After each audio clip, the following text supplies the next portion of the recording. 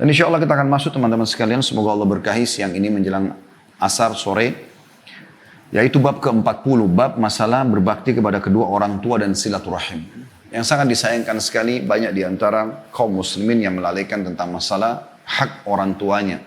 Padahal hak mereka tidak gugur, baik mereka masih hidup ataupun mereka sudah meninggal. Kalau masih hidup lebih besar peluang dan kesempatan kita untuk berbuat baik kepada mereka. Tapi disayangkan sekali banyak anak-anak yang melalaikan masalah hal tersebut. Dan itu karena saya melihat ketidakfahaman sebenarnya tentang masalah bagaimana kedudukan kedua orang tua di dalam Islam dan bagaimana pintu surga sebenarnya ada di tangan keduanya. Sebagaimana kan kita banyak mempelajari insya Allah ayat-ayat Al-Quran juga hadis Nabi SAW berhubungan dengan masalah ini. Begitu juga dengan silaturahim. Selain puncak daripada silaturahim melanjutkan hubungan yang punya kekerabatan dengan kita adalah dengan kedua orang tua, dan selebihnya adalah kepada orang-orang yang punya hubungan kerabat, baik dari kedua orang tua kita, tante, paman, ataupun dari pasangan kita, ya. Saudara-saudara kita, semuanya punya hubungan kekerabatan. Nanti akan kita lebih jelaskan masalah itu insya Allah. Baik, Imam Nawawi rahimahullah mengangkat dalil pertama, yaitu surah An-Nisa ayat 36, ayat yang masyhur tentang wajibnya bakti kepada kedua orang tua. Bunyinya, a'udzubillahi minasyaitonirrajim, wa'budullaha wa la tusyriku bihi syai'a wa bil walidaini ihsanan wa bidzil qurba wal yatama wal masakin wal jari dzil qurba wal jari dzil qurba wal jaril junubi was sahibi bil jambi wa ibnis sabili wa ma malakat aymanukum. Artinya, sembahlah Allah, tunduk dan patuhlah kepadanya. Dan janganlah kalian mempersekutukannya dengan sesuatu apapun. Karena memang tidak ada pencipta kecuali Allah. Maka Allah tidak butuh sekutu. Dan kita sudah tahu ini adalah dosa besar, syirik. Menyekutukan Allah SWT dengan makhluknya. Lalu Allah setelah mengingatkan masalah beriman kepadanya, kata para ulama tafsir, ini pesan yang paling pertama. Ini menunjukkan kedudukannya. Yaitu berbuat baiklah kepada kedua orang tua. Jadi subhanallah, yang pertama iman kepada Allah, yang kedua langsung ya, yang dibahas adalah bagaimana berbuat baik kepada kedua orang tua. Kemudian setelah kedua orang tua, karib kerabat. Semua yang punya hubungan kekeluargaan dengan kita. Semua yang punya hubungan kekeluargaan. Jadi kekeluargaan ini bisa karena disebabkan kedua orang tua kita. Dan ini termasuk dalam bab bir atau bakti pada orang tua setelah mereka meninggal. Ya. Kita melanjutkan hubungan, kata Nabi SAW, dengan yang kita tidak bisa punya hubungan kecuali melalui kedua orang tua kita. Yaitu saudara-saudaranya, ya, tante, paman. Ini termasuk orang-orang yang terdekat. Ya. Kemudian setelah itu, siapapun yang Allah Subhanahu Wa Taala takdirkan satu rahim dengan kita, seayah seibu atau seayah, ya, satu sumber sperma, maka ini juga termasuk hubungan kekerabatan yang harus selalu dijaga. Kemudian juga orang-orang yang punya hubungan kekerabatan dari jalur-jalur mereka. Seperti anak-anak paman, anak-anak tante, anak-anak saudara, ya, sepupu-sepupu, ponakan-ponakan. Ini semua punya hubungan kekerabatan. Jadi semua jalur ke atas, ayah, ibu, kakek, nenek, semua jalur ke bawah, anak, cucu. Semua jalur ke samping orang tua kita, tante dan paman, semua jalur ke samping kita, saudara dan saudari. Dan semua jalur ke bawah saudara-saudara kita, keponakan-keponakan. Maka ini semua karib kerabat terdekat yang harus diperhatikan hak-hak mereka. Kalau mereka sakit dijenguk, kalau mereka butuh bantuan dibantu, kalau mereka butuh nasihat dinasehatin, ya, kita memberikan hadiah, didahulukan kepada mereka semuanya, ya. Dan itu terjadi di kalangan para sahabat bagaimana mereka pada saat mau menginfakkan harta terbaik mereka, maka Nabi SAW menganjurkan mereka memberikan kepada karib kerabat mereka.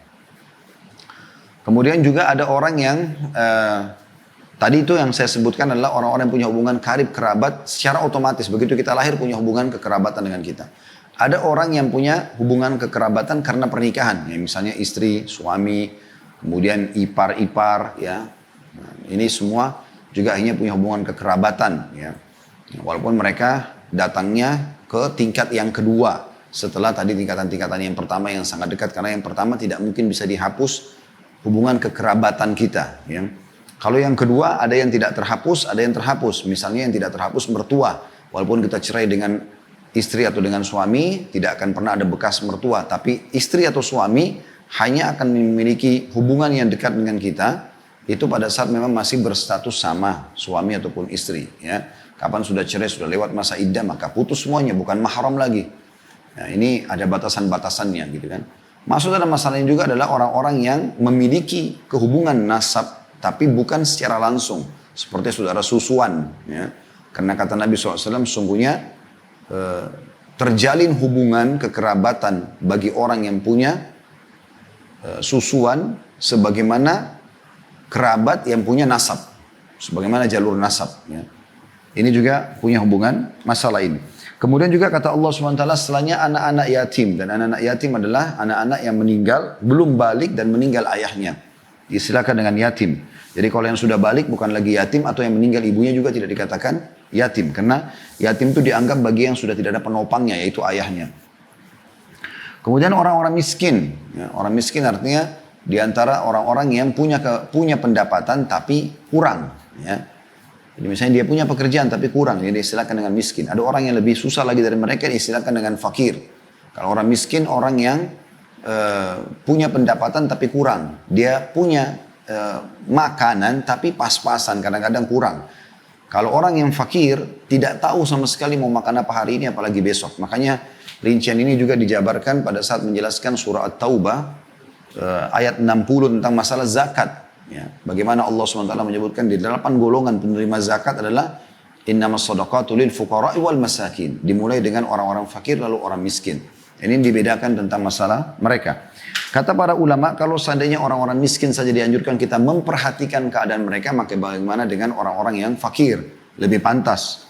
Kemudian tetangga dekat dan tetangga jauh. Ini saksi bahasan kita. Tetangga dekat dan tetangga jauh. Mereka adalah orang-orang yang paling pantas untuk kita berbuat baik. Dan saya sudah jelaskan, teman-teman sekalian, bahwasanya tetangga itu adalah orang yang terdekat dengan pintu rumah kita yang paling berhak. Setelah itu juga orang-orang yang berada di satu wilayah dengan kita.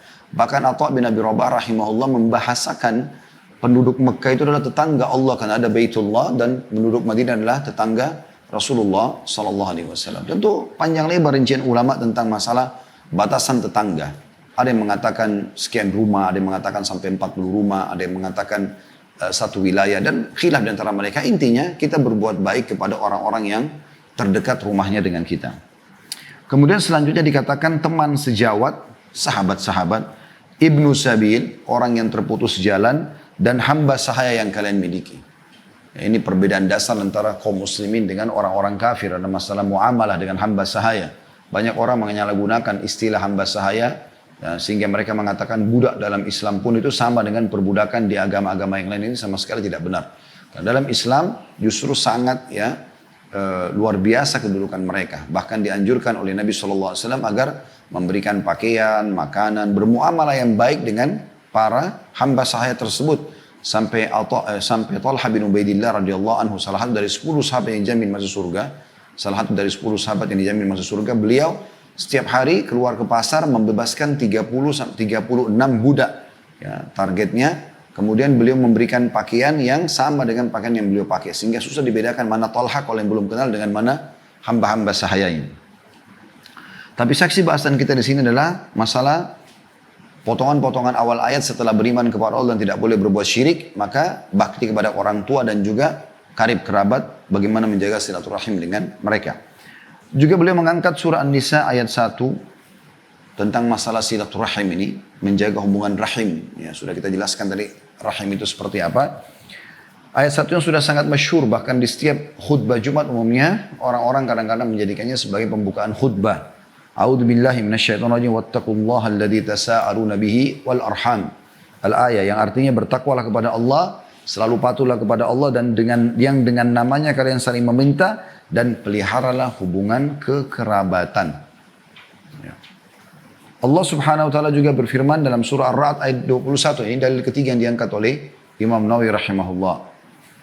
Yang bunyinya Ar-Ra'd ayat 21. A'udzubillahi minasyaitonirrajim. Walladzina yasiluna ma amarallahu bihi ayyusal.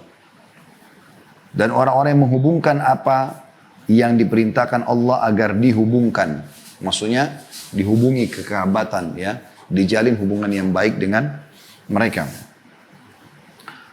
Ini dua ayat ini, yang terakhir Ar-Ra'd ayat 21 dan sebelumnya An-Nisa ayat 1 ini membahas tentang khusus masalah silaturahim secara umum. Tapi itu puncak silaturahim adalah kepada kedua orang tua tentunya ya. Maka tidak lepas daripada bab ini memang berbakti pada orang tua dan silaturahim. Kalau ayat yang pertama tadi An-Nisa 36 itu memang secara khusus menyebutkan masalah kedua orang tua. Dan juga di Al-Ankabut ayat 8 sama juga Allah subhanahu wa ta'ala menyebutkan tentang bakti kepada kedua orang tua. Al-Ankabut ayat 8, a'udzubillahi minasyaitonirrajim, wassaynal insana biwalidayhi husna. Al-ayah. Dan kami wajibkan kepada manusia agar berbuat kebaikan kepada kedua orang tuanya. Kedua orang tuanya. Ayat yang paling luar biasa ya, yang saya melihat ayat ini subhanallah merincikan tentang bagaimana berbakti kepada kedua orang tua. Dan seharusnya setiap muslim dan muslimah memperhatikan baik-baik tentang ayat ini. Karena ayat ini betul-betul menyebutkan tentang seperti apa kewajiban yang harus kita lakukan. Karena dalam surah Al-Ankabut ayat 8 tadi, kami wajibkan kepada manusia berbuat baik kepada orang tuanya. Sekarang pertanyaan sederhana, bagaimana berbuat baik kepada kedua orang tua? Tolok ukurnya apa? Maka dalam surah Al-Isra ayat 23-24 ini rinciannya. Al-Isra 23 dan 24. Selalu teman-teman ya hafal ayat ini, amalkan dalam kehidupan kita, baik orang tua kita masih hidup ataupun sudah meninggal dunia. Tapi terutama kalau mereka masih hidup. Allah subhanahu wa ta'ala berfirman sekali lagi Al-Isra surah nomor 17 ayat 23-24. A'udzu billahi minasyaitonir rajim.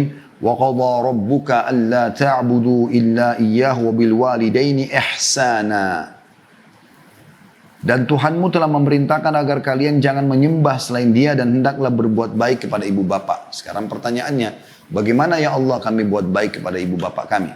Allah mengatakan, "Imma yablughanna 'indakal kibara ahaduhuma aw kilahuma fala taqul lahumu uffin wa la tanharhuma wa qul lahumu qawlan karima wakhfid lahumu janaha adh-dhulli minar rahmati wa qur rabbirhamhuma wa qur rabbirhamhuma kama rabbayani shaghira." Artinya, jika salah seorang di antara keduanya atau kedua-duanya sampai berusia lanjut dalam pemeliharaanmu. Garis bawahi teman-teman sekalian, di sini Allah Subhanahu wa taala menggambarkan tentang salah satu ibu atau ayah atau dua-duanya. Dan Allah menyebutkan berusia lanjut. Kenapa Allah sebutkan usia lanjut? Karena usia lanjut ini umumnya lebih banyak membutuhkan perhatian. Lebih rewel kalau orang tua ya. Bahkan kalau sudah usia lanjut itu apalagi sudah sangat sepuh ya. 80 tahun, 90 tahun, mungkin 100 tahun. Ya. Mungkin mereka sudah tidak mengenal lagi anaknya. Maaf, mungkin mereka buang air besar, buang air kecil sembarangan ya. Saya pernah melihat ada di antara kerabat yang sampai berumur seperti ini. Masih kena tante ayah kami, rahimahullah. Itu sudah tidak tahu harus berbuat apa. Kadang-kadang sudah tidak mengenal kami yang datang gitu. Nah di sini teman-teman butuh ekstra. Karena kebanyakan kita berbuat baik sama orang karena kita merasa ada respon. Misalnya ada ucapan terima kasih, ada respon. Tapi pada saat orang itu tidak sadar, tidak tahu kalau dia sedang dibuat baik. Ini butuh keikhlasan yang luar biasa. Dan Allah subhanahu wa ta'ala menggunakan bahasa ini. Artinya dalam kondisi mereka tua, lansia, mereka rewel. Tetap kau harus berbakti sama mereka. Apalagi kalau dasarnya tidak buat rewel. Seperti kebanyakan orang tua yang masih sehat. Mereka tidak mau repotkan anak-anaknya. Ya. Bahkan bagi mereka kebahagiaan yang luar biasa kalau sudah berumah tangga. Ya sudah. Ya, jalani saja rumah tangga itu. Walaupun mereka punya kebutuhan-kebutuhan. Mereka sama sekali tidak menyebutkan kebutuhan itu kepada anak-anaknya. Ya, karena tidak membebankan kepada anak-anak tersebut. Cukup banyak kisah berhubungan dengan masalah ini. Insya Allah akan kita sebutkan nanti. Tapi ini luar biasa gitu. Bagaimana Allah SWT sebutkan tentang masalah lansia di sini, ya. Kalau salah satunya, kalau keduanya atau salah satunya, ya di sini katakan jika salah seorang di antara keduanya atau kedua-duanya sampai berusia dalam pemeliharaanmu, baik tinggal serumah sama kamu atau kamu bisa menjangkaunya, ya. Apa dikatakan oleh Allah? Maka sekali-kali larangan mutlak. Jangan engkau mengatakan kepada keduanya perkataan ibu ini, ayah ini. Ya. Ini subhanallah terjadi bahkan mereka masih sehat, merasa masih kuat. Minta tolong aja ambilin air, ambilin makanan. Anaknya kadang-kadang mengatakan, ibu ini, ayah ini bisa ambil sendiri. Atau seperti apalah bahasanya. Dan ini sering sekali saya ulangi dan saya akan ulangi lagi pada kesempatan ini karena kita sedang bahas masalah kedua orang tua. Bagi teman-teman yang Allah karunia anak, didik mereka agar mulai dari kecil bakti dengan kita. Jangan pernah membuat keadaan, situasi yang akhirnya membuat mereka terbiasa mengucapkan ah ibu, ah ayah ini. Saya sering kasih contoh itu, misal ibu nggak perlu ya, menawarkan kepada anak, nak mau makan apa? Nggak usah biasakan pertanyaan ini. Udah tugas ibu, suami sudah memberikan uang, ibu sudah memilih menu hari ini, ibu siapkan saja. Setelah itu panggil anak-anak makan, kemudian mengatakan, nah ini rezeki kita hari ini, baca bismillah, tangan kanan, syukurilah. Biasakan mereka dengan itu. Kapan ibu mengatakan, nak mau makan apa? Kemudian si anak mengatakan, ibu saya pengen ayam bakar misalnya, atau ayam goreng. Ibu mengatakan menjanjikan, baiklah besok ibu akan masakkan. Ternyata besok ibu lupa. Lalu kemudian dia duduk di meja makan, dia buka 7 saji, ternyata yang ada makanan lain. Misalnya tempe atau sayur asam, tidak ada yang dia minta, yang dia pengen ayam bakar atau ayam goreng, tidak ada. Apa yang terjadi teman-teman sekalian? Bisa saja dia kalau masih kecil dia mengatakan, ah ibu ini, ibu mana pesanan saya, ibu lupa nak, ah ibu ini, kan gitu. Itu terjadi. Ya. Pakaian, jangan biasakan bilang, nak mau pakai baju apa? Kita lebih ngerti pakaian apa yang lebih pantas buat anak kita. Jangan biasakan berikan pilihan, apalagi di masa mereka kecil. Kalau mereka sudah dewasa, sudah bisa membedakan mana benar, mana salah, Anda kasih pilihan. Tapi kalau tidak, jangan. Gitu kan? Saya berusaha mendidik anak-anak yang Allah amanahkan di bawah naungan saya ini, di bawah naungan kami. Semoga Allah SWT jadikan mereka anak yang berbakti dan kami pun orang tua yang bisa menjalankan amanah ini. Saya tidak pernah membiasakan mereka untuk punya pilihan. Bukan niatnya otoriter. Tapi karena saya berpikir, saya lebih tua daripada mereka dan saya lebih tahu kebutuhan makanannya, pakaiannya. Maka saya belikan, lalu saya berikan. Mereka tinggal pakai saja. Saya tidak pernah memberikan kesempatan anak saya untuk memilih pakaian apa yang mereka mau. Karena sekali teman-teman membuka pintu itu, maka mereka akan protes yang kedua kali kalau seandainya kita memberikan pilihan kita. Orang tua yang berhasil mendidik anaknya adalah orang tua yang justru pada saat anak-anaknya sudah dewasa pun, bahkan sudah berumah tangga, tetap selalu telepon kepada orang tua, minta saran, minta nasihat, minta didoakan. Karena memang orang tua itu membiasakan anaknya bergantung pada orang tuanya. Bergantung dalam kata-kata di sini, tanda kutip ya, positif. Ya, mendidik mereka, membentuk mereka menjadi seperti yang orang tua mau itu. Sama yang sering saya kasih contoh. Dikasih pilihan anaknya sekolah. Mau sekolah yang mana pak? Nak sekolah ini atau sekolah itu? Anaknya 7 tahun. Kan lucu kadang-kadang. Si suami umur 35 tahun. Istrinya 30 tahun. Membawa anaknya mau masuk SD. Kedua sekolah pilihan. Mereka lebih ngerti jarak jauhnya. Mereka lebih ngerti biayanya sebagai orang tua. Mereka lebih mengerti tentang kurikulumnya. Apalah semua masalah dan mudaratnya. Anak ini nggak ngerti. Dibawalah anaknya ke sekolah yang dindingnya warna biru. Yang satu warna hijau misalnya. Ini contoh saja. Kemudian anak itu dibawa, lalu kemudian anak itu ditanya, nak mau sekolah yang mana? Anak itu nggak ngerti. Dia akhirnya bicara sesuai dengan akal dia yang pada saat itu. Dia lebih suka warna biru, dia mengatakan sekolah ini aja ayah. Dia tidak tahu jaraknya, dia tidak tahu biayanya, dia tidak tahu kurikulum, dia tidak tahu masalah mudarat. Kenapa bisa 35 tahun dan 30 tahun diajar, dididik oleh anak yang 7 tahun? Dan itu aneh, ini sering terjadi ya. Kenapa anaknya pak dimasukkan di situ? Oh karena anak saya yang minta. Loh kok aneh ini anaknya yang minta? Harusnya dia membiasakan anaknya ya terdidik seperti yang dia mau. Sayangnya teman-teman sekalian, yang saya temukan justru para ahli maksiat, para orang-orang yang fasik, orang yang jauh dari agama, mereka yang berhasil mendidik anaknya seperti tadi yang saya bilang pola itu. Mereka mau anaknya menjadi seorang tokoh, aktor yang berbuat maksiat kepada Allah dan dia bangga dengan itu dan dia berhasil.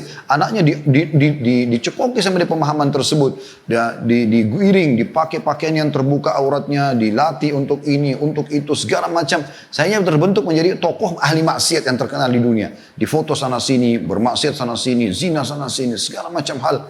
Dan itu dia bangga sebagai orang tua. La haula wala quwata illa billah. Nah ini masalah berat ini. Dan Nabi SAW sudah mengatakan salah satu dari amal jariah terbaik seseorang pada saat dia meninggal adalah anak soleh yang dia tinggalkan setelah dia meninggal dunia. Kita harus bisa mencetak mereka menjadi orang-orang yang seperti kita mau. Ya.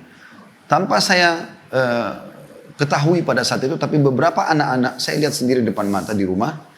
Pada saat misalnya saya pernah melarang nih, Nggak boleh nak minum ini misalnya ya. Saya bilang begitu. Karena ini adalah minuman soda ya. Saya sebutkan beberapa merek sama mereka karena pada saat itu mereka sempat melihat mungkin di sekolah ya, teman-temannya ada yang minum gitu. Terus kemudian ditanya kenapa, terus saya cuma bilang, karena minuman soda nak, jadi kurang sehat, begitu saja. Subhanallah saya beraktivitas seperti biasa. Mungkin setelah 2 tahun, selanjutnya sempat ada, saya sempat memutarkan di TV pada saat itu ada cuplikan tentang pendidikan, ya, yang tentang ilmu pengetahuan, kemudian lewat iklan tentang minuman itu. Lalu kemudian dia sempat membahasakan hal ini tanpa saya, dia mengatakan sama saya, Abati, itu ya minuman yang Abati larang itu hari ya. Terus saya ingat, ini cerita mungkin sekitar 2 tahun lalu. Saya bilang iya. Tahu kenapa nak? Iya, karena kan Abati bilang soda. Subhanallah terekam di benak dia tentang masalah itu. Ya. Jadi kita menanamkan bagaimana dia mengikuti apa yang kita inginkan. Karena kita lebih tahu mana maslahat dan mudaratnya. Ini salah satu poin yang mendasar sekali yang harus kita pahami teman-teman sekalian. Didik mereka supaya menjadi anak-anak yang terbiasa berbakti dengan kita. Itu yang sangat luar biasa. Ya, itu yang sangat luar biasa. Saya ingin berbagi sebuah kisah di sini. Kisah ini saya baru dapatkan sebenarnya dikirim oleh salah satu sahabat dekat saya, Abdurrahman Suhaib. Hafidhahullah, beliau salah satu teman yang tinggal di kota Jeddah. Dan sering kali kami tukar-tukaran, kadang-kadang dia kirim beberapa cuplikan. Walaupun dia bukan seorang alim, dia adalah seorang pengusaha gitu kan. Tapi sering kali kami ngobrol dan segala macam. Dia sempat mengirimkan kepada saya sebuah kisah mungkin sekitar 2-3 hari yang lalu. Saya sempat terenyuh mendengar kisah itu. Cuplikan seorang hakim di salah satu pengadilan di Saudi yang menghadapi kasus yang menurut dia kasus yang paling unik gitu. Apa ceritanya? Saya waktu dikirimkan cuplikan sekitar 8 menit cuplikan itu. Ada gambar orang tua. Ada seorang ibu tua sekali sudah keriput semua mukanya. Ada juga 2 laki-laki sudah tua di kanannya. Di kanan gambar itu ya. Saya belum menangkap pesannya pada saat itu. Tapi kemudian saya dengarkan. Mungkin orang kalau tidak mendengar kisah ini. Saya juga sempat kirim ke grup teman-teman da'i. Allahu a'lam sempat terbaca atau tidak. Karena 8 menit biasa membuat orang jenuh untuk mendengarkan. Tapi kalau didengarkan insya Allah akan dapat poinnya di situ.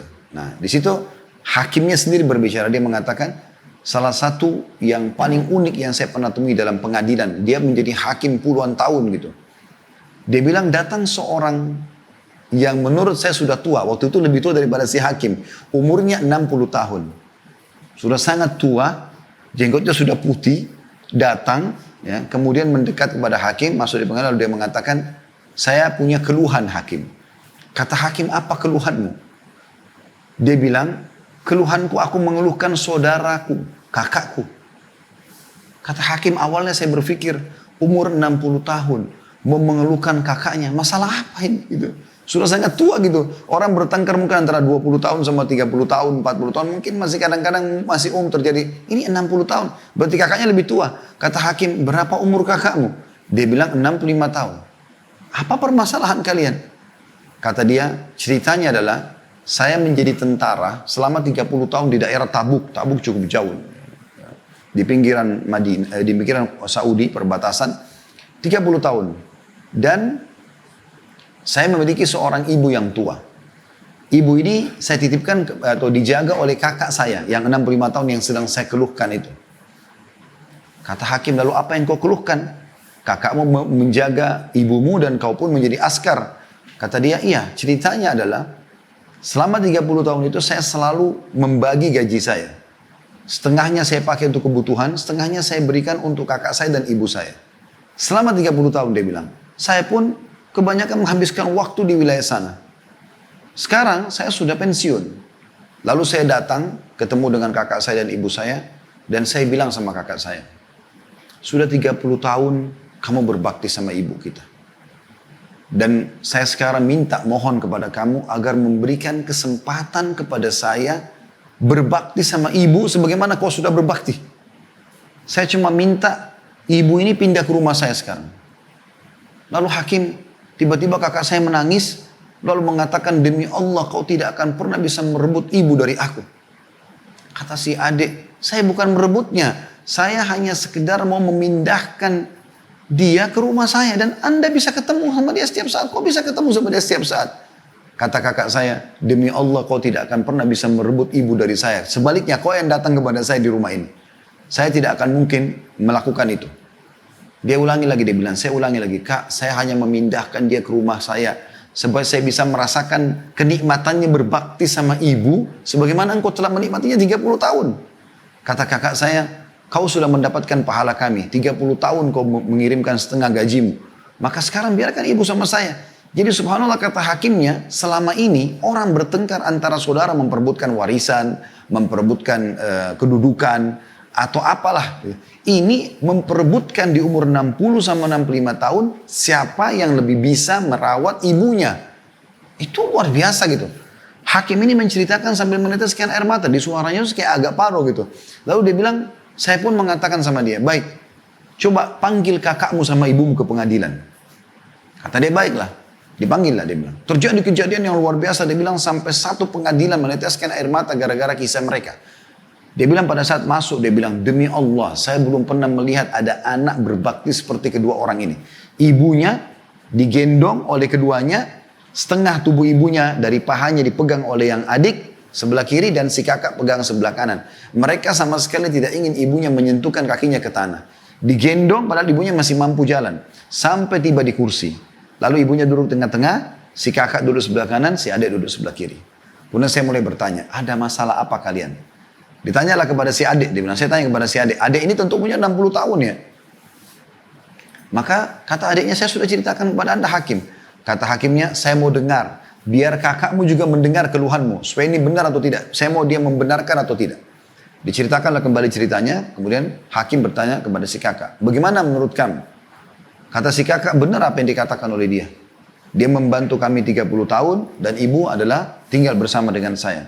Namun demi Allah wahai hakim, saya tidak akan pernah melepaskan ibu saya untuk tinggal sama dia. Dia boleh datang silakan. Tapi saya tidak mau kehilangan peluang ini. Dan saya sudah membahasakan kepada adik saya, demi Allah kau hanya bisa memindahkan ibu ke rumahmu kalau melalui pintu mahkamah, pengadilan. Oleh karena itu dia datang kepada anda. Kata hakim, saya belum pernah menghadapi masalah seperti ini. Bagaimana memecahkan masalah antara dua anak yang beributkan ibunya. Lalu saya balik kepada ibunya yang saya mengatakan, ibu, tengahi di antara mereka. Kata ibunya, saya nggak bisa wahai anakku. Dia bilang kepada hakim anak, karena ibunya juga sudah tua. 80 tahun lebih malah umur ibunya. Yang ini ditunjuk si kakak, mata sebelah kanan saya. Yang ini si adik, mata sebelah kiri saya. Dua-duanya ini berbakti sama saya. Saya tidak tahu harus menengahi mereka bagaimana. Maka saya pun berkata kepada si kakak, kalau saya melihat kasusnya, seharusnya memang adikmu punya hak. Dan kau bisa datang ke rumahnya. Dia punya hak untuk dibagi waktu sekarang. Karena si adik mengatakan, saya betul-betul hanya berharap sisa umur saya bisa berbakti kepada ibu saya. Maka setelah saya putuskan seperti itu, terjadi sebuah goncangan di pengadilan. Si kakak tiba-tiba menangis terisak-isak. Lalu datang ke arah adiknya, mencium tangan adiknya, mencium lututnya adiknya. Lalu memohon-mohon supaya ibunya jangan dipindahkan rumahnya. Sambil menangis, karena tangisan si kakak ini kami semua satu pengadilan nangis. Gitu. Bagaimana mereka luar biasanya mau memperebutkan ibunya. Ini si kakak cium tangan dan lutut adiknya untuk minta supaya ibunya jangan dipindahkan rumah. Kata adiknya, wahai kakak, saya hanya minta pindah, berikan saya kesempatan berbuat baik sebagaimana kau telah buat baik sama ibu. Kau bisa datang. Setelah dia tahu adiknya tidak mau lagi melepas kesempatan itu, maka dia pun berkata kepada hakim, wahai hakim, saya akan menerima ini, tapi dengan syarat satu. Dia pegang tangan adiknya, dia mengatakan, ambil janji kepada adik saya ini atas nama Allah, dia akan berbakti pada ibu saya sebagaimana saya berbakti dulu. Apa yang saya buat di rumah, bersihkan kotorannya, urus pakainya, semua ini dia tidak boleh ubah itu. Dia harus buat bahkan bisa lebih baik daripada itu. Maka si adik pun berjanji, akhirnya pengadilan ditutup. Dan kata hakimnya, pada saat mereka keluar dari pengadilan, dua-duanya menggendong ibunya, ya, membagi dua tubuh ibunya, setengah yang pegang satu, yang satu lagi pegang sampai mereka keluar. Dan ini sebuah kisah yang luar biasa. Di zaman kita sekarang di mana banyaknya kedurhakaan pada orang tua, justru ada orang-orang yang seperti ini masih dalam fitrahnya. Di umur tua pun mereka tidak mau sia-siakan masalah itu. Ini luar biasa teman-teman sekalian. Nah, ini harusnya menjadi sebuah ibrah bagi kita. Bagi yang punya orang tua. Jangan karena orang tua kita seorang pejabat misalnya. Atau orang yang punya kemampuan. Lalu kita anggap, oh Orang tua saya mampu, saya nggak usah bakti. Akhi dan ukhti. Berikan makanan, berikan kue kesukaannya, berikan sarung, pakaian, apa saja, sabunnya, samponya. Lakukan sesuatu yang kau mampu, mumpung mereka hidup. Pada saat mereka meninggal, peluangmu akan lebih kecil, walaupun bisa dengan mendoakan, menziarahi kuburnya, dengan bersedekah buat mereka. Tapi semasa hidup kau bisa mendapatkan ekstra dengan cara mencium tangannya, datang duduk memenuhi hajatnya, ngobrol-ngobrol saja, apa saja. Ringankan kesedihan mereka, gembirakan hati mereka. Karena orang tua itu teman-teman dengan kita datang saja sudah sangat gembira. Bagaimana banyak di zaman kita sekarang, dan saya sering ingatkan di beberapa pengajian, anak-anak sekarang sudah mulai pergi ke kota metropolitan, ke Jakarta, ke kota-kota besar. Kemudian orang tua mereka di kampung, mungkin mereka sudah berpendidikan tinggi, S1, S2, S3, mereka sudah bergelar profesor, kosakata yang digunakan, retorik yang digunakan juga sudah bahasa-bahasa akademik. Orang tuanya mungkin SD pun tidak. Maka terjadi ya gejolak yang syaitan lahirkan dalam dirinya, merasa diri lebih daripada orang tua. Sehingga dia malu bertemu dengan orang tuanya, malu kalau diperlihatkan orang tuanya kepada murid-muridnya, atau kepada siapapun karena dianggap nilai pendidikannya kurang. Atau kalau orang tuanya telepon walaupun hanya mau mendengar suaranya, buru-buru, sudah ibu ayah saya ada meeting. Tapi kalau teman bisnisnya atau siapapun yang telepon, maka mereka akan malah memperhatikan ekstra. Ini semua hal yang harus diperbaiki. Justru peluang kita teman-teman sekalian, surga kita ada di tangan keduanya. Minta doa kepada mereka. Salah satu salafus saleh dalam kisah dikatakan beliau memimpin perang, tapi di situ di kisah tidak disebutkan peperangannya kapan dan tahun berapa. Intinya kisah bagaimana dia pada saat terkepung dengan musuh, dia mengatakan Allahu Akbar, pertolongan telah datang, maju terus dan jangan pernah mundur. Sampai para prajuritnya mengira memang ada bantuan datang, karena panglimanya orang yang jujur, orang yang soleh, gak mungkin bohong. Maka mereka dengan semangat maju, dengan berpikir di belakangnya ada bantuan sudah datang. Maka mereka maju sampai mereka menang. Pada saat mereka sudah menang, kata para prajuritnya, kami tidak melihat bantuan yang anda ucapkan wahai panglima. Kata dia, bantuan itu telah datang dari doa ibuku. Sebelum aku meninggalkan rumah untuk pergi berperang di sini, aku sudah mengatakan, ibu doakanlah aku agar Allah mengirimkan kepadaku bala bantuan, dan aku yakin ibuku sedang mendoakanku. Dan itulah sebabnya kenapa Allah berikan kemenangan. Begitu yakinnya mereka dengan orang tua. Mereka senjata yang luar biasa bagi orang-orang yang masih memiliki kedua orang tua ibu ayah dan yang masih hidup. Jangan sia-siakan. Posisi saya sekarang sudah tidak ada ibu, tidak ada ibu. Saya meninggal tahun 79, ayah saya meninggal tahun ini, ya beberapa bulan yang lalu. Saya merasa sudah tertutup setengah pintu itu. Masih ada pintu-pintu bakti dengan cara ziarah kubur, bersedekah, tapi bukan seperti kalau saat mereka hidup. Bagaimana kita bisa datang, berbakti sama mereka, menjenguk mereka, memenuhi hajatnya. Ini peluang-peluang emas. Jangan disia-siakan. Dengan itu pahala yang sangat besar yang bisa kita dapatkan. Dan tentu banyak sekali kisah berhubungan dengan masalah ini. Kita lanjutkan ayatnya, dikatakan, dan hendaklah berbuat baik pada ibu bapa jika salah seorang di antara keduanya atau kedua-duanya sampai berusia lanjut dalam pemeliharaanmu, maka sekali-kali janganlah engkau mengatakan kepada keduanya perkataan ah. Lalu lanjutannya, dan janganlah engkau membentak keduanya. Perhatikan di sini ada hubungannya dengan tadi usia lanjut ya. Biasanya usia lanjut itu malah rewel segala macam. Jangan dibentak. Ya. Jadi walaupun mereka salah, kita tidak boleh membentak mereka. Gitu kan? Itu anjuran Allah Subhanahu Wa Taala. Lalu Allah lanjutkan lagi. Janganlah engkau membentak keduanya dan ucapkan kepada keduanya perkataan yang baik. Artinya biar juga perkataan mereka tidak baik, perkataan mereka kasar, keadaan mereka buruk, tetap kau berkata baik. Tidak boleh kita berkata buruk kepada keduanya. Ini bentuk baktinya, Allah rincikan di sini. Seperti apa berbuat baik sama orang tua. Ternyata memang kalau kita lihat rincian ayat ini, yang paling banyak menyakiti orang tua itu adalah perkataan dan sikap. Oleh karena itu Allah SWT pastikan, jangan ucapkan kalimat ah. Jangan bentak mereka dan ucapkan kepada mereka perkataan yang baik. Belum cukup sampai situ. Allah pesankan lagi. Dan rendahkan dirimu terhadap keduanya dengan penuh kasih sayang. Merendah. Walaupun mereka marah, mereka caci maki, mereka berbuat buruk padamu. Gak ada urusan. Ingat teman-teman, hubungan kita sama Tuhan kita Allah. Bukan sama manusia-manusia. Allah Subhanahu Wa Taala membuat kita punya variabel hukum dengan mereka. Seperti misalnya dengan orang tua kita. Kita kan lahir tidak pernah punya pilihan. Saya nggak bisa pilih, saya nggak mau ibu ini, saya nggak mau ayah itu. Nggak bisa. Memang dua-duanya harus tercatat sebagai status orang tua kita. Mau nggak mau. Mau mereka pezina kah, pemabuk kah, kafir kah. Pokoknya kita lahir dari jalur mereka. Tugas kita Karena patuh kepada Allah adalah bakti sama mereka. Gak boleh kita balas mereka dengan keburukan. Oh, kedua orang tua saya kafir, terserah, saya nggak mau urus. Oh nggak bisa begitu.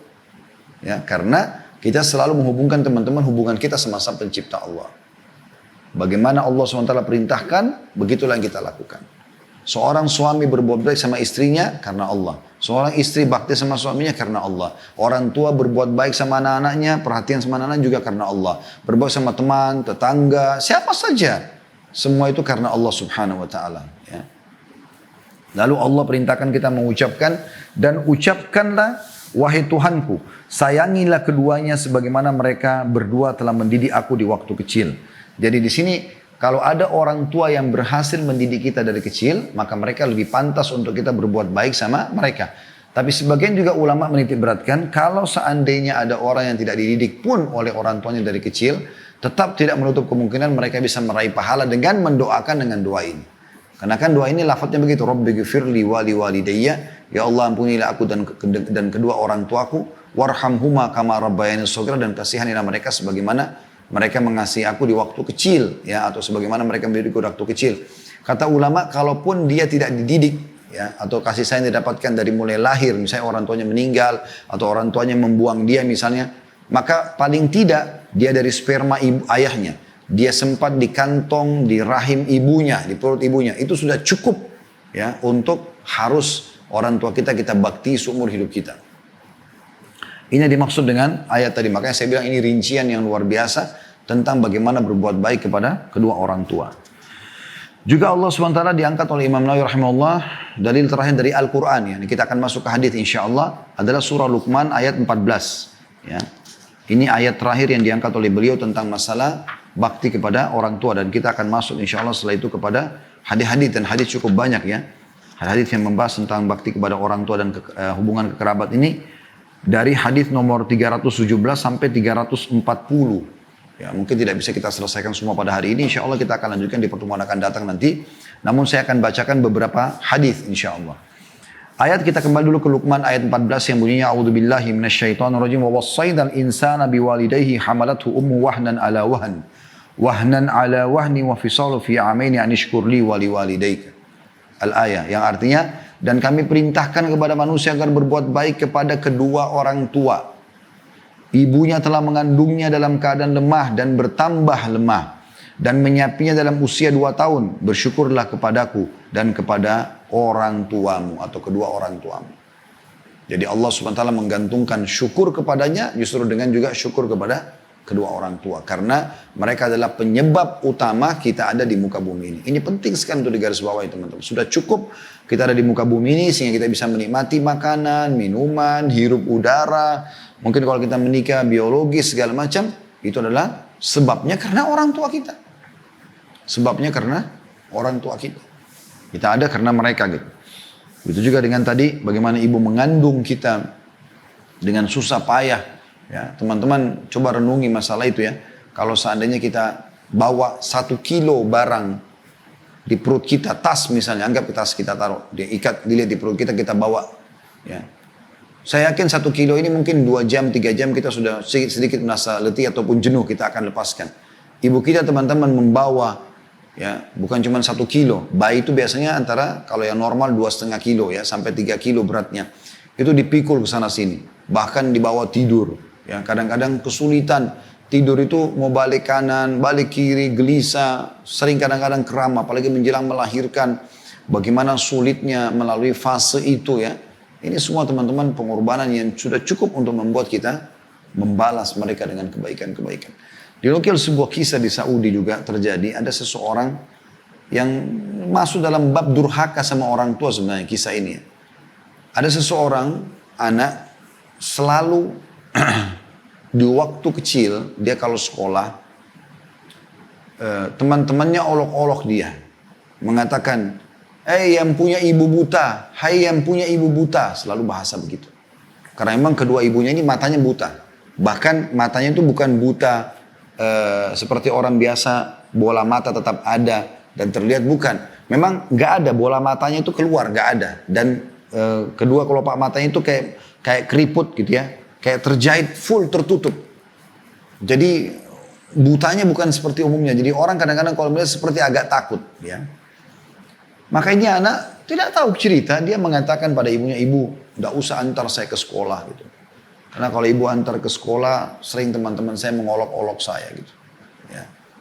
Maka dia pun akhirnya, ibunya mengatakan, baiklah nak, anaknya tidak diantar ke sekolah.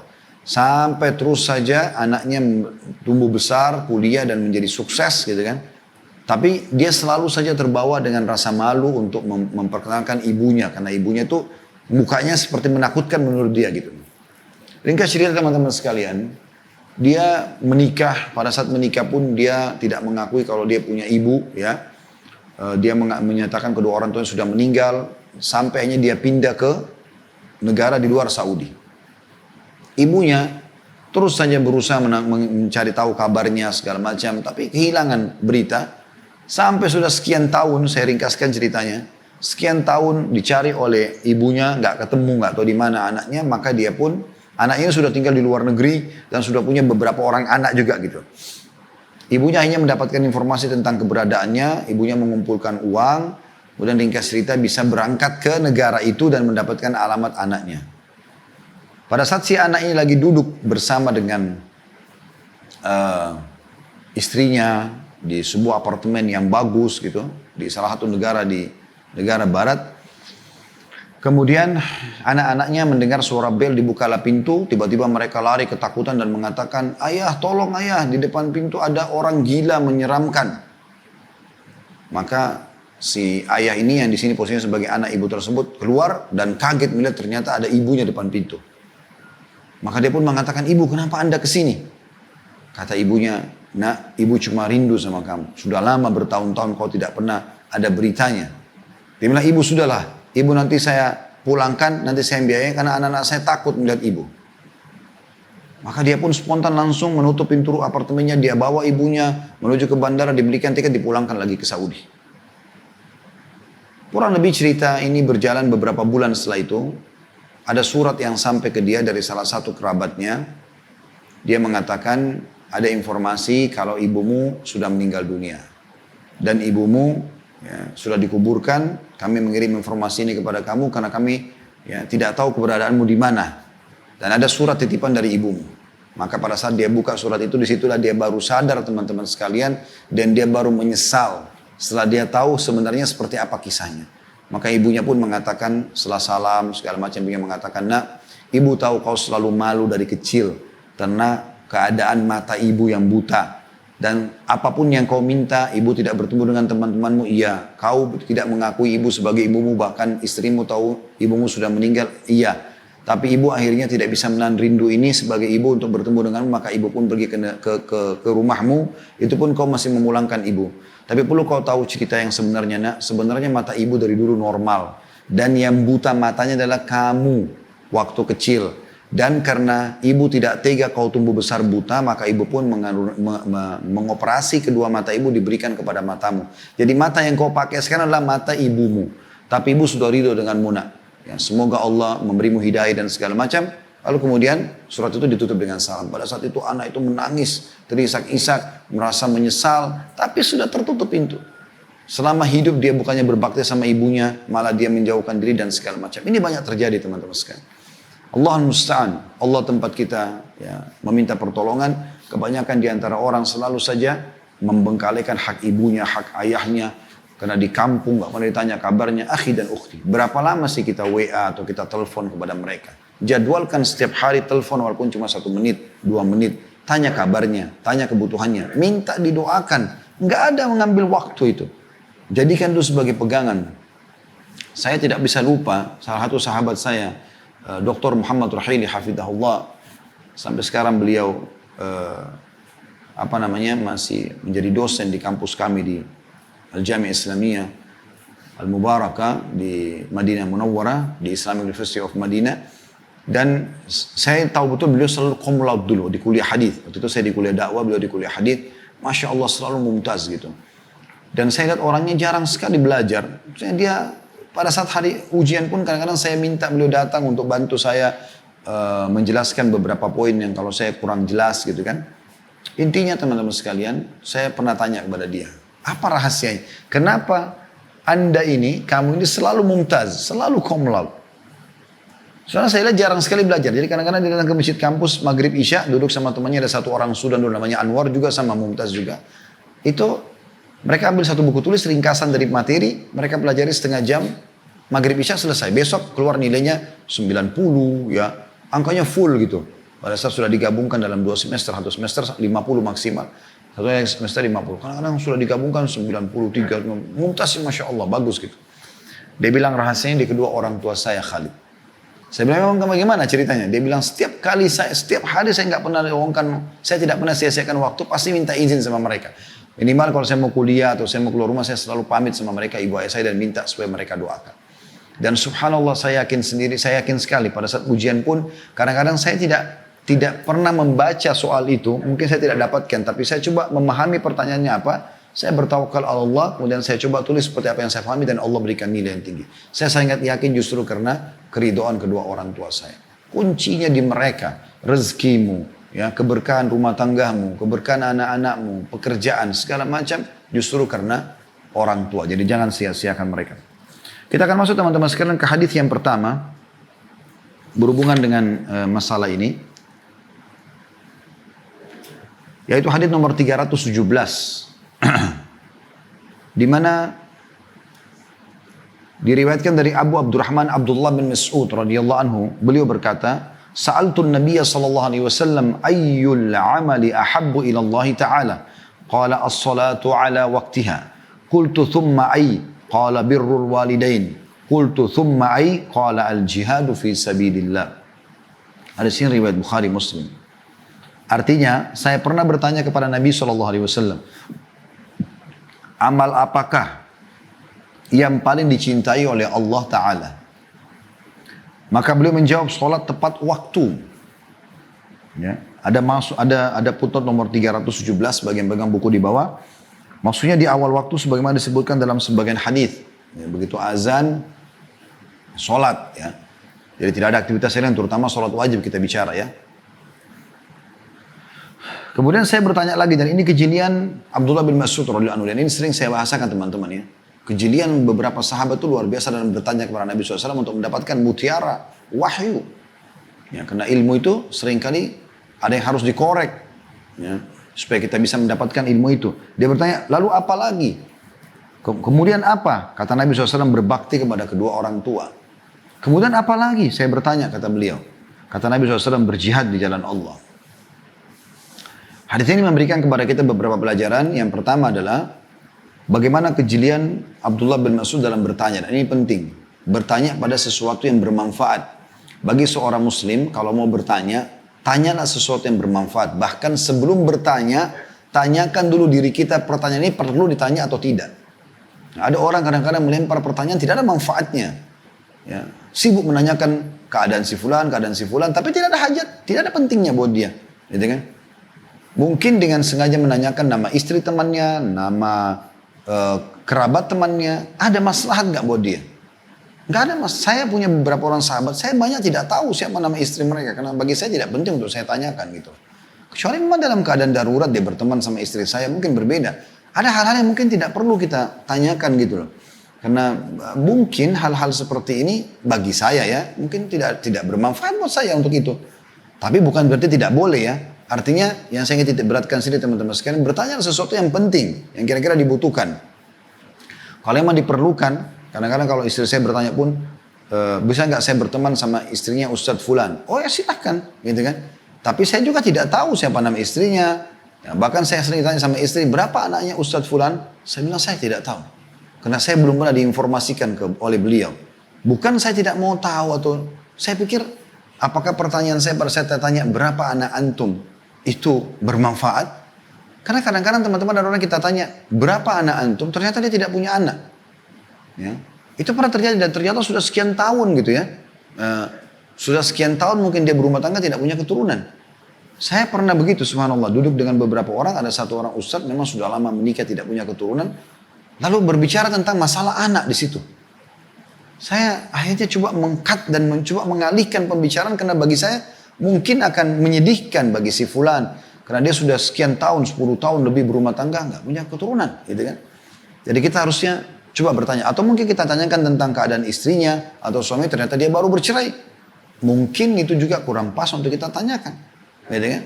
Jadi kalau ada keperluan kita dalam pertanyaan tersebut silakan. Terutama berhubungan dengan masalah maslahat agama itu lain. Gitu kan? Atau memang ada berhubungan dengan masalah duniawi, kita mau bekerja, kita butuh sesuatu yang kita tanyakan berbeda.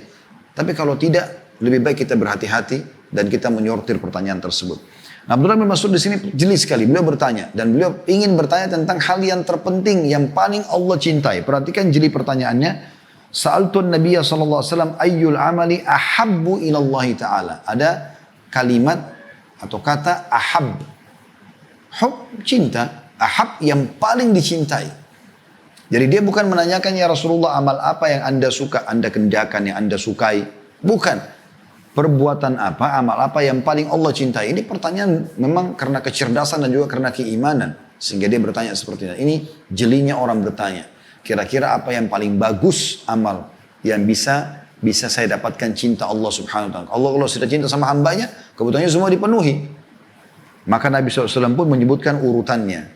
Beliau mengatakan yang pertama, as-salatu ala waktiha. Jadi mutiara pertama dari hadits adalah pelajaran pertama bagaimana kejadian Abdullah bin Mas'ud dalam bertanya dan bagaimana kedudukan pertanyaan tadi dalam Islam. Kemudian yang kedua adalah urutan yang pertama yang Nabi SAW sebutkan tentang amal yang paling Allah cintai, as-salatu ala waktiha. Ini ada bahasan sendiri di bab salat dan sekarang kita masih terus membahas ya sekian pasal dalam kitab Sahih At-Targhib At-Tarhib di hari Jumat. Insya Allah kita akan bahas juga Jumat nanti ini. Itu semua masih dalam kitab sholat. Tentang keutamaan wudu, keutamaan adzan, keutamaan saf pertama, keutamaan sholat berjamaah, keutamaan jalan menuju ke masjid, keutamaan membaca doa, masuk masjid dan segala macam. Terus saja kita sedang membahas masalah-masalah itu tentunya. Dan ini semua tidak boleh luput dari seorang muslim. Karena kalau Anda mau memperbaiki apapun, mulai dari sholat. Mulai dari sholat. Apapun mau memperbaiki tentang kesehatan kita, harta, ya, rezeki, hubungan suami istri, di masyarakat, apa saja. Mulai dari sholat. Coba perbaiki sholatnya. Mulai dari sholat 5 waktu, on time, di saf pertama, kalau Anda laki-laki di masjid, Anda perempuan juga tetap sholat di rumah dengan awal waktu.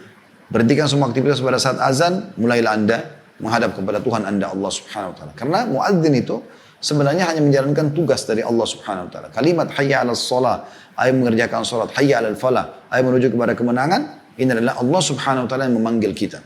Oleh karena itu para sahabat ridwanullahi alaihim, dinukil dari mereka kalau terdengar azan, tidak satupun di antara mereka yang luput dari sholat. Ya, bahkan kata beberapa sahabat, kami ya tidak ketinggalan sholat berjamaah di masa Nabi SAW kecuali orang-orang tidak luput dari kami ya sholat berjamaah di masa Nabi SAW kecuali orang munafik. Bahkan seorang di antara kami kalaupun lagi sakit itu ditopang sholat sementara dia tertopang oleh temannya di sebelah karena pentingnya menjaga sholat itu. Dan hadis sudah masyhur, awal amal dihisab hari kiamat adalah sholat. Kalau dia baik beruntunglah orang itu, kalau dia buruk maka rugilah dia. Kemudian yang kedua ini saksi bahasan kita. Jadinya Abdullah bin Mas'ud bertanya lagi, kemudian apa ya Rasulullah? Oke, saya sholat ya Rasulullah. Setelah itu apa lagi? Maka Nabi SAW masuk langsung ke poin yang paling Allah cintai. Bakti kepada orang tua. Berarti setelah hubungan dengannya Allah SWT sholat, maka Allah langsung menjelaskan melalui Nabi Muhammad SAW adalah hubungan dengan manusia. Dan yang paling puncak terbaik bukan pada pimpinan Anda, bukan pada sahabat Anda, bukan pada saudara Anda, bukan sama siapa saja. Ya, yang disebutkan adalah kedua orang tua. Mereka puncak daripada ya orang yang harus kita jaga hubungan baik dengan mereka. Ya, dan insya Allah mirip dengan bahasa tadi yang saya bahasakan. Kalau sholat bisa membantu amal yang lain, bakti dengan orang tua membantu amalan yang lain. Hubungan kita dengan yang lain. Kapan hubungan dengan orang tua kita baik teman-teman, Allah SWT akan berkahi hubungan kita dengan yang lainnya. Dengan teman-teman, dengan masyarakat, dengan atasan, dengan bawahan, dengan segala macam Allah SWT akan berkahi. Mulai dari menjaga hubungan baik dengan kedua orang tua kita. Ini amal yang paling Allah cintai. Buat mereka senyum, buat mereka gembira, berikan makanan kesukaan mereka. Apa saja yang bisa kita lakukan, lakukan. Jangan pernah sia-siakan masalah itu. Saya pernah menjelaskan bab tentang bakti kepada orang tua ini dalam bahasan kita di kitab yang lain. Tentunya kitab Adab Mufrad yang tulis oleh Imam Bukhari rahimahullah. Ada kajian setiap hari Kamis waktu itu di Kelapa Gading, tapi sekarang pandemi kita berhentikan sementara. Saya tidak ingat sekarang urutan ke sudah berapa ratus hadits yang dipelajari juga sih, tapi ada bab bakti sama orang tua. salah satu panitia masjid yang memang beliau yang menyebabkan taklim itu ada di situ, jazakallah khair. Juga beliau salah satu sahabat saya, maka beliau mengatakan pada saat sudah mendengarkan hadis-hadis itu, dia bilang ibunya kebetulan ada di, kalau tidak salah di Banyuwangi ya. Dia bilang selesai dengan hadis langsung dia beli tiket pesawat, langsung dia pergi ke sana, gitu kan. Bahkan kalau tidak salah hampir setiap sebulan itu bisa beberapa kali berangkat ke sana hanya untuk menjalankan hadis agar memenuhi hajat orang tuanya dan seterusnya. Jadi bagaimana memang ada orang-orang subhanallah jeli pada saat mendengarkan ilmu langsung dipraktikin, dan itu yang penting teman-teman sekalian. Kejelian Abu Bakar radhiyallahu anhu yang dibahas oleh sebagian ulama juga adalah bagaimana dia langsung menerapkan ilmu. Pada saat menerima Islam dari Nabi SAW masuk Islam, keluar dari rumah Nabi SAW, setelah syahadat, gitu kan? Setelah syahadat dari Nabi SAW, beliau keluar tidak langsung diam. Gak ada keraguan, dia datangi. Siapa yang masuk Islam di tangan dia? Tokoh-tokoh besar Islam, Utsman bin Affan. Salah satu orang kayanya Mekah. Dan Utsman bin Affan dinamai surga, berarti Abu Bakar panen pahalanya. Ya, kemudian Talha bin Ubaidillah, Zubair bin Awam, ya, ini semua masuk Islam di tangan Abu Bakar. Bagaimana dia bebaskan Bilal, ya, dari keterbudakan, dan banyak orang-orang yang masuk Islam justru karena dia. Kalau tidak salah Abdurrahman bin Auf pun masuk Islam di tangan Abu Bakar radhiyallahu anhu ajma'in. Bagaimana jelinya menangkap ilmu itu lalu dipraktikin. Jadi kita belajar begini teman-teman 1 jam lebih, bukan hanya untuk didengar. Oh iya bagus ya, masuk yang kanan keluar yang kiri. Bukan itu akhi dan ukhti. Ambil ilmu itu dan amalkan supaya ada keberkahan. Kita sempat bahas kemarin kalau tidak salah ada tema kita khusus masalah istiqomah. Kiat-kiatnya adalah belajar ilmu syar'i, yang kedua praktikin ilmu itu, kemudian baru bentuk komunitas, dan yang terakhir berdoa kepada Allah SWT. Kurang lebih itu kesimpulan daripada istiqomah. Tapi mempraktikkan ilmu ini penting sekali. Setelah ini Anda tutup materi kita, langsung buktikan kalau Anda bakti kepada kedua orang tua Anda. Itu yang penting. Bagaimana kita mengejar surga dari mereka supaya ada keberkahan dari ilmu itu. Kemudian yang terakhir, yang ketiga, Abdullah bin Mas'ud bertanya lagi, dan ini pelajaran kita yang keempat dari hadis. Jadi yang pertama adalah kejelian Abdullah bin Mas'ud dalam bertanya, kedudukan beliau dan keutamanya. Kemudian yang kedua adalah urutan pertama yaitu menjaga sholat pada waktunya. Ya, keutamaan yang ketiga atau mutiara yang ketiga dari hadis adalah wajibnya atau bagaimana berbakti sama orang tua adalah amal yang paling Allah cintai setelah sholat 5 waktu. Dan yang terakhir yang keempat sekarang adalah masalah jihad. Dan jihad punya bahasan sendiri teman-teman sekalian, babnya cukup panjang, tapi memang ini ibadah yang luar biasa. Setelah bakti dengan orang tua ada jihad. Dan di sini ada hikmah, kenapa bakti sama orang tua didahulukan daripada jihad? Bukankah jihad amal yang besar? Bukankah sabda Nabi SAW, makbarra qadama abdin sabila fatamassuhun nar? Bukankah ada hadis yang berbunyi kedua telapak kaki seorang hamba yang tersentuh debu medan perang tidak akan disentuh oleh api neraka? Berarti punya keutamaan besar. Kenapa bisa urutannya di sini lebih didahulukan bakti sama orang tua? Ini dijelaskan oleh hadis yang lain. Pada saat ada seorang sahabat yang datang dan mengatakan, ya Rasulullah, izinkan saya jihad sama Anda. Nabi SAW lalu bertanya, ada wahyu menyampaikan pada beliau. Ditanya, ahayun walidaik, apakah kedua orang tua hidup? Dia bilang iya.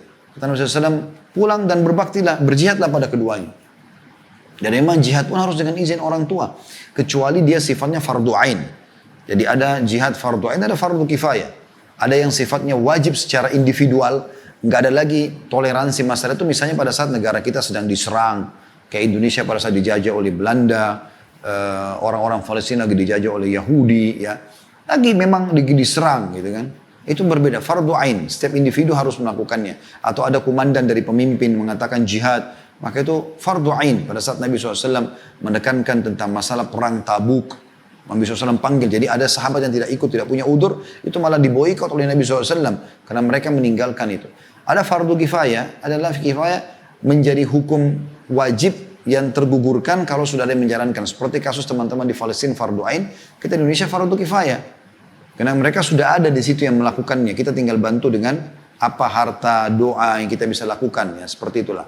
Nah, kalau sifatnya fardu kifayah, maka kita wajib izin sama orang tua. Tapi kalau fardu ain tidak ada kewajiban izin sama orang tua. Kayak misalnya lagi diserang wilayah kita harus membela, itu berbeda tentunya. Tapi di sini teman-teman sekalian, saking tingginya kedudukan bakti sama orang tua sampai mengalahkan jihad di jalan Allah Subhanahu wa ta'ala. Kita juga sampai sini insya Allah bahasan kita. Kita akan lanjutkan pertemuan akan datang.